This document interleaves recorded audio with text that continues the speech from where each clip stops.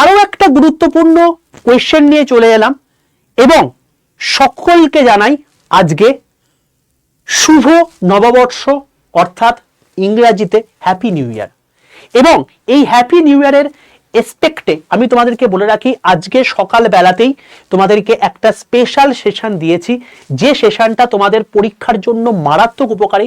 যারা যারা রেলওয়ের পরীক্ষা দিচ্ছ, আমি এই ভিডিওটার মানে তোমার দেখবে যে রিলেটেড ভিডিওর একটা লিঙ্ক আছে, সেই লিঙ্কটায় ক্লিক করলে তুমি ডাইরেক্টলি ওই ভিডিওতে চলে যাবে, দেখে নিও। হয়তো 25 মিনিটের ভিডিও 2x স্পিডে দেখলে 12.5 মিনিট লাগবে, বাট আমি তোমাকে বলতে পারি ওই 12.5 মিনিটের যদি তুমি ভিডিওটা দেখে নাও ভাই, তোমার সারা জীবন বদলে যাবে ওই সেশনে যা যা তোমাদেরকে ইমপ্লিমেন্ট করতে বলেছি।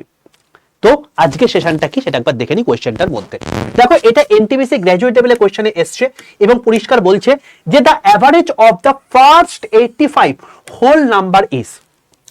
ম্যাক্সিমাম জনা কি করে, এখানে হোল নাম্বার বলার পরেও তারা কনসেপ্ট জানার পরেও এটাকে ভুল করে দিয়ে চলে আসে। কেন? তার কারণ তারা এখানে হোল নাম্বার বলতে কিন্তু বোঝায় 1 2 3 4 এরকম করে ডট ডট ডট ডট 85 কিন্তু নয়। হোল নাম্বার বলতে বোঝায় এখানে জিরোটাকে ইনক্লুড করেও। আর জিরোকে যখন আমি ইনক্লুড করে দিচ্ছি তখন কিন্তু আমাদের 85 নাম্বার কিন্তু স্থানটা হবে না, আমাদের যেটা দিতে হবে 84 নাম্বার স্থান, কারণ জিরো 1 নাম্বার সংখ্যা হিসেবে গণ্য হয়ে যাচ্ছে।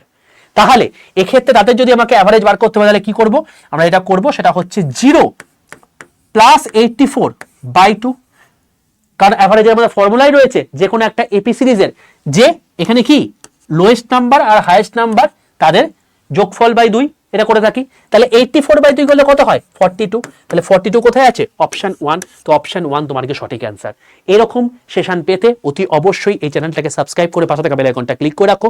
আর অতি অবশ্যই যারা আমার হোয়াটসঅ্যাপ গ্রুপে যুক্ত নেই তারা প্রত্যেকে 62 91 95 4979 এই নাম্বারে হোয়াটসঅ্যাপে হাই লিখে পাঠিয়ে রেল গ্রুপে প্রত্যেকে যুক্ত হয়ে যাও।